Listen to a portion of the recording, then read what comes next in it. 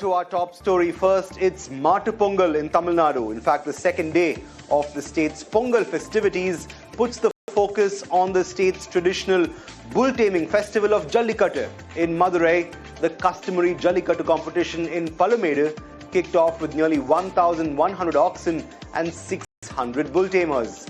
Deputy Chief Minister Udayanithi Stalin flagged off the festivities earlier today. In fact, security has been beefed up with over 2,200 police personnel deployed across the Manjamalai riverbed in the region to manage crowds and ensure public safety. Organizers have also set up multiple spectator galleries to display live scoring details alongside facilities like drinking water and an on-site medical team with ambulances and paramedics. Remember, Jallikattu has been keenly regulated in recent times, with veterinarians also tasked with inspecting participating bulls to ensure animal fitness and compliance. Winners of this year's Jallikattu are up for a bit of a bonanza. Prizes range from bikes, cars and other awards given to both bull tamers and owners of the best oxen. Customarily, the Palamedu Jallikattu leads up to the grand finale scheduled this weekend at Alanganallur, which will be inaugurated by Chief Minister M.K. Stalin. All our viewers, a very happy Pongal. Today we are here at Palamedu village in Madurai, where Jallikattu is traditionally celebrated for centuries. The crowd is gathered in huge numbers since morning. Nearly 4 rounds have been completed now. 1,000 bulls have taken part in this Jallikattu and 500 bull tamers have also been participating. You see, there is an arena, a space through which bulls enter. Bulls are sent match-wise, one after the other, and bull tamers are stranded alongside both the ways, and they try to hold on to the bull's hump, and that is how they hold on to its hump, and they are declared as winners if they are able to manage the bull's hump. If not, the bull is considered as the winner. While you see, as of now, 13 injuries have been reported and 3 have sent for further treatment. This is second day of Jallikattu at Palamedu, while the third day, that is tomorrow, in Alangapuram, where it will be celebrated even more traditionally. Deputy Chief Minister Udayanithi Stalin flagged off this event, Jallikattu, today, and you see a huge crowd has been gathered since morning. 2,000 police personnel have been deployed here. Ambulance services have also been deployed. Rescue teams are here. And as of now, 4 rounds have been completed. Pratibha. Staying with news from the Jallikattu festivities, the Madras High Court has rejected a private committee's bid to independently organize the Jallikattu festival at Avaniyapuram, saying that only the state government can conduct the event this season. A division bench of Justices G. Jayachandran and K.K. Ramakrishnan noted that the Jallikattu events at Avaniyapuram and Alanganallur, and Palamedu for that matter, is of international importance, and under the Tamil Nadu regulation of Jallikattu Act 2009, these competitions are being run by state revenue officials, with villagers serving on advisory committees and not by self-styled local groups. In fact, the court disposed of the petition by the Avaniyapuram Village Jallikattu Committee's president seeking permission and police protection. The court reiterated that there is no independent right for a private body to organize the event when the state is already in charge. More court action involving Tamil Nadu next. The Supreme Court on Thursday refused to hear the plea filed by the makers of Jana Nayagan. That's the highly anticipated Tamil film starring actor Vijay, who sought urgent censor board clearance after delays blocked the film's release. Instead of intervening, the Apex Court has now asked the producers to go back to the Madras High Court and argue the case there before the division bench, which is now scheduled to hear the case on January 20th. The Supreme Court said it was not inclined to bypass the High Court, noting that the certification issue is already being considered there. The court also declined to grant any interim orders in order to fast-track the film's release. Jana Nayagan, remember, originally slated for a Pongal release on January 9th, remains in limbo until the censor certificate dispute is resolved. Moving on to news from the IT space now, the new Labour codes introduced by the Indian government have hit profits at some of the country's largest IT companies in the October-December quarter. Bengaluru-based Infosys, which is India's second largest software services firm, took a one-time exceptional hit of about 1,289 crore rupees in Q3 to align its employee benefit provisions with the new rules. The resulting outcome has pushed the company's net profit down for the second quarter to around 6,664 crore rupees. In fact, the impact came mainly from increases in gratuity and leave liabilities under the revised wage structure and statutory benefit system. Across the sector, Tata Consultancy Services or TCS and HCL Tech also booked large one-time costs tied to the labour codes. This of course is roughly 2,128 crore rupees for TCS and 956 crore rupees for HCL Tech. These effects had all three firms see an impact of over 4,000 crore rupees in charges for the third quarter. Despite these charges, however, all three companies reported revenue growth for the quarter, with Infosys revenue rising nearly 9% year-on-year. India's labour codes came into effect on November 2025 and were introduced with the intent to unify numerous existing laws and change how wages and benefits are defined. They require a larger share of basic pay for workers and broaden statutory payouts such as gratuity and leave encashment. Meanwhile, Andhra Pradesh is all set to become a key hub for green energy, with India's first large-scale green ammonia project underway at Kakinada. Backed by a $10 billion investment by AM Green, the facility will produce green hydrogen and green ammonia using renewable power. It's also expected to start major construction with an equipment ceremony this weekend. Now, officials say this project will help position India as a global exporter of clean energy, with plans to ship green ammonia to countries like Germany, Japan and Singapore as early as 2028. It is also expected to create thousands of jobs and build out new clean energy supply chains involving solar, wind and electrolyzer technologies. Now, the Kakinada project is part of Andhra's broader push to attract large clean energy investments and support India's transition to net zero emissions. Staying with news from the region, the Hyderabad Metro Rail is moving forward with plans to expand its fleet and float a tender for the purchase of 60 new coaches to improve capacity and service. The Hyderabad Metro Rail or HMR has already approached the Telangana government for approval and says it will issue the tender for these larger train sets as soon as it gets the go-ahead.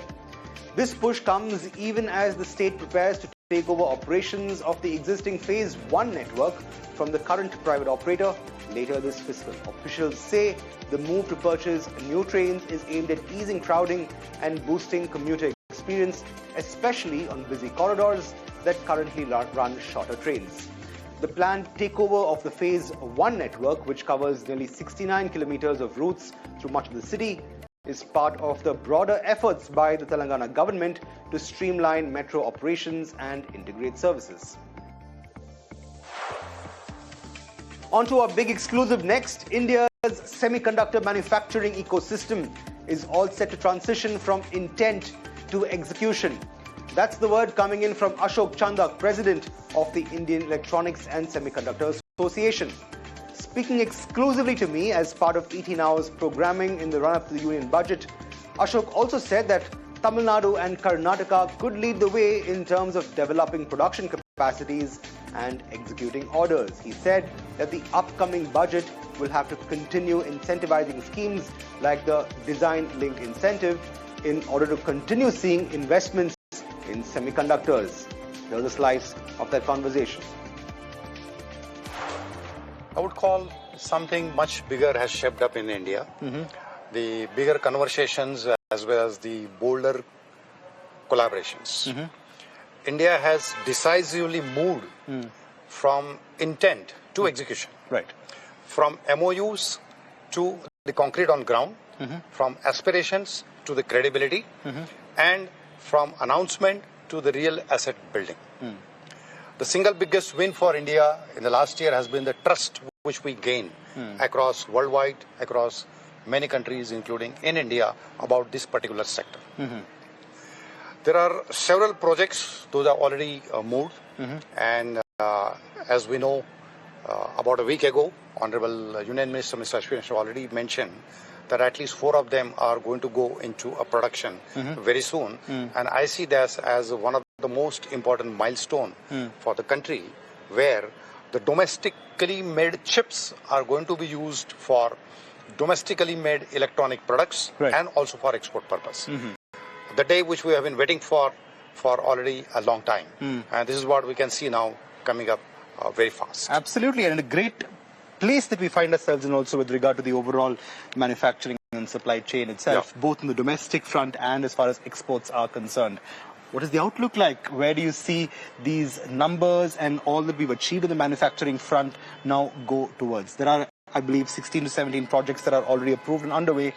What will this translate to in terms of what we can look forward to on the outlook? So, I would say now, as the foundation has already been laid, now it's a scale-up phase and a build-up phase. And other than these 4 projects, actually 10 of them are approved by Ministry of Electronics IT under the Semicon India program. And about 6 projects are approved by various state governments. So, this is really stepping up the entire execution and implementation to contribute towards the manufacturing sector. The total capacity which is getting built up now, particularly from the assembly perspective, is about 80 million chips per day. That's very sizable capacity, which will be on stream by next year, let's say by multiple players. Plus, there is one big fab of Tata, which takes little time because long gestation, maybe around 28 onwards. And there is one more fab by 6M on the silicon carbide, the compound semiconductor, the hot story, is also going to take a couple of years actually. So this is all going to get scale up, and the components are going to get utilized while the manufacturing is happening in the country.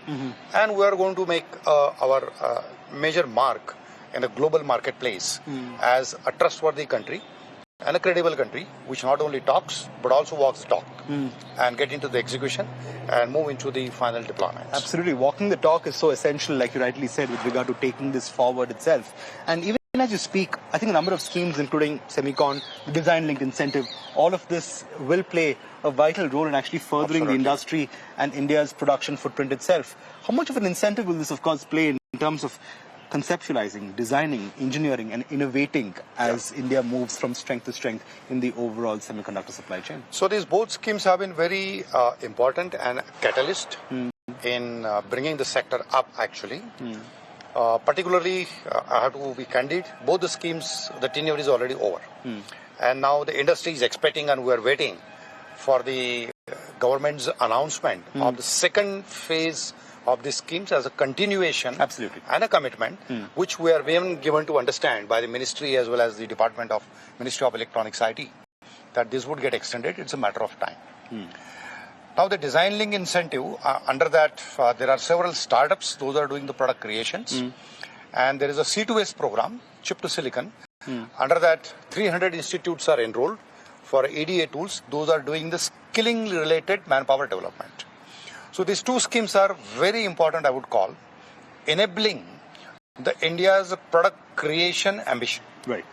So today, as we know all, on a manufacturing side, India is highly dependent on the global counterparts because we were never having a manufacturing footprint, so we don't have the process know-how and a technology in the manufacturing, and nothing wrong in that. We don't feel ashamed about it actually. But what we are looking at as these particular schemes are looking at a really long-term horizon. So as we build our manufacturing footprint in collaboration with the global counterparts, we need to build our productization as well. So how do we make India a product nation? So there's DLI schemes, then there is a ECMS scheme component, we can talk about that, plus the C2S program, the startup initiative. These are going to build along with the recently announced RDA scheme. So research and development. These are going to build our roadmap towards how do we create products in India and how do we create a manufacturing technology and a process know-how so that this becomes sustainable. Because we cannot be, as an industry, cannot perpetually ask government to give the incentive year after year, decades after decade. No. Somewhere it has to become self-sustainable. And that is the whole plan actually. That maybe 1 or 2 more tenures of the incentive support, and the industry should be self-sufficient. Yeah, in fact, we'll come to the policy push that the government can actually provide to make this happen on a self-sustaining basis. But before that, I have to ask you, we're in Bangalore, we're doing this interview in one of the most well-known production economies for the country in terms of an ecosystem, right from startup design and technology, right to manufacturing. We're merely 6 hours away from Chennai, another massive production hub.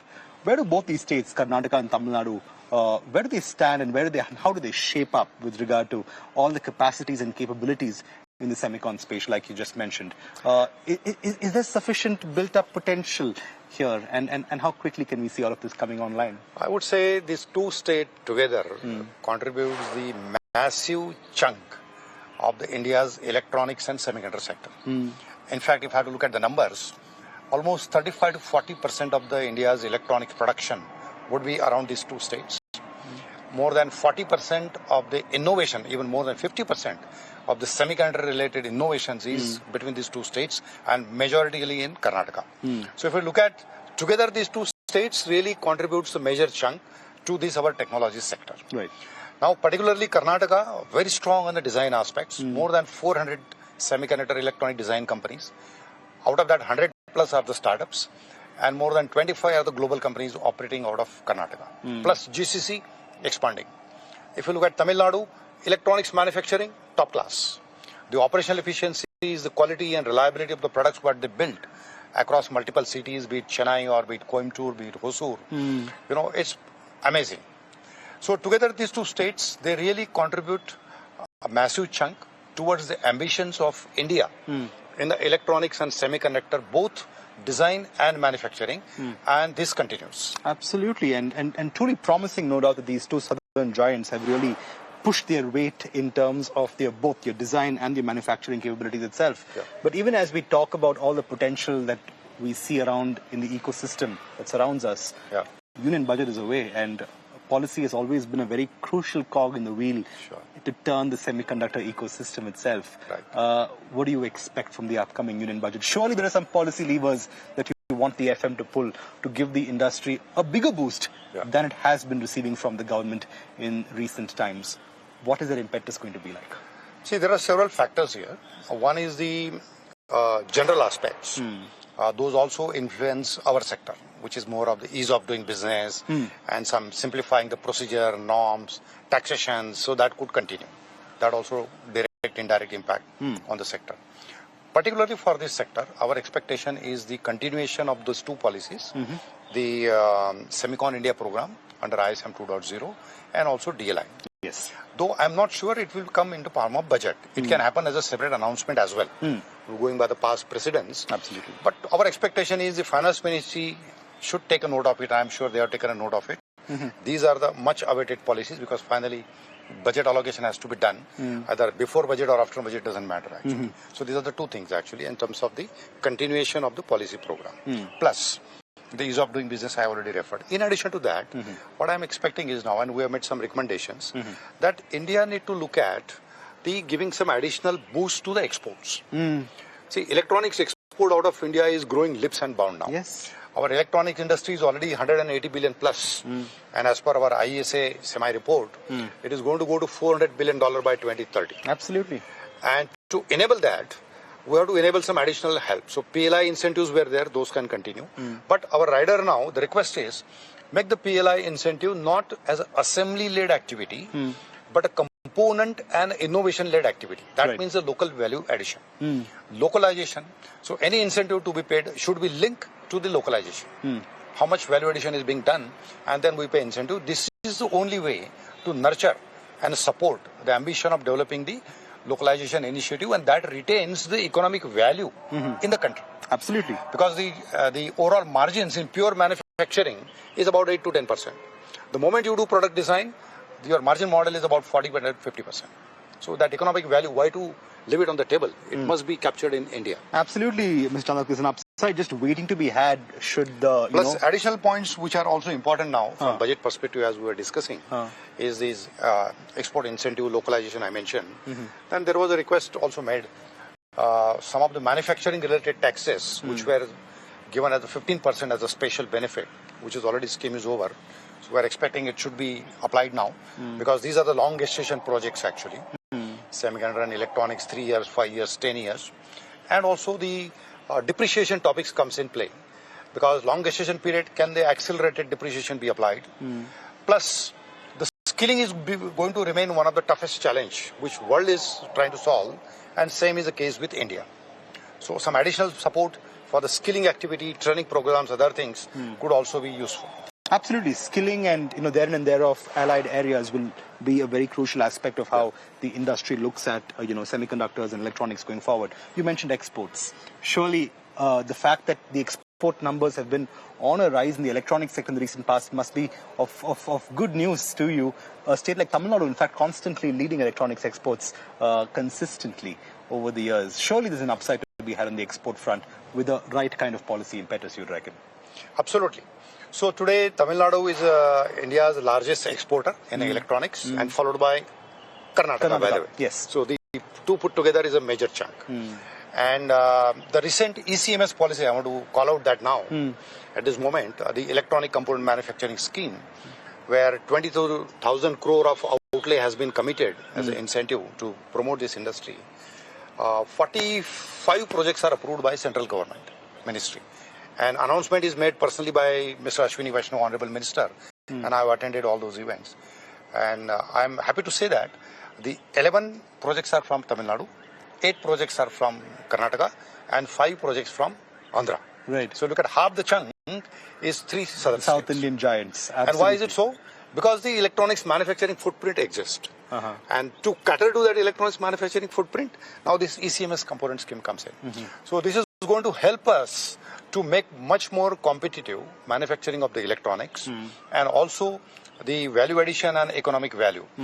So we are looking at now that out of 400 billion which I mentioned as an electronic industry by 2030, almost $150 billion is a potential for exports of electronics, and majority would come from these 3 states. Plus the semiconductor plants, those are going to get ready over next few years. If you look at by 2030, that is going to add another $20 billion as an export, $20 to $30 billion export, but that is going a little bit spread out right now. There is a state like Gujarat, some of the plants, there is UP, there is Assam, there is Odisha. Nothing wrong in that because it's finally, though we are discussing the south part here, but it's far above the country agenda. Absolutely, and that infrastructure development happening far and wide across the country is no doubt good news. Last question before I let you go then. What is the growth like on the semiconductor front and on the electronics front itself? Surely positive growth numbers expected. What is the projection as the years roll by? So I would say from Karnataka and Tamil Nadu perspective, and I will get you the global number, which is also, I mentioned, $400 billion for the electronics. So we are expecting about 7 to 8 lakh crore worth of electronics production coming from these 2 states itself. And correspondingly, there will be huge chunk of the jobs. Those are going to get created. At least 2 million, that's 20 lakh jobs would get created. And this massive growth in the job numbers as well. And these jobs are broader, right from PhD levels to the operator level. Absolutely. So there's the operators, there's the assembly line, there's the logistics, and there's the design, the verification, everything. All these jobs are going to go. And to support that, the startup ecosystem, electronic component manufacturing ecosystem is going to grow. So overall, we are looking at the industry growth numbers that is 25 to 30% CAGR